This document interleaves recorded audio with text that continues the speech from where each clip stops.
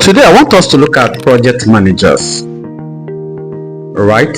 So project management is one of the in-demand remote job skills.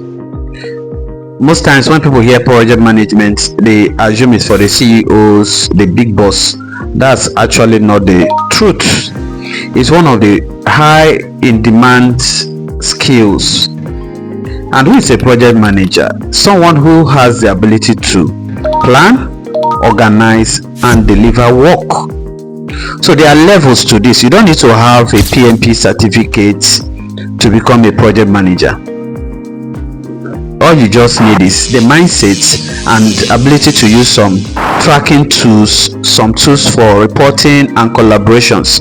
Once you're able to understand how to use these tools, you're good to go.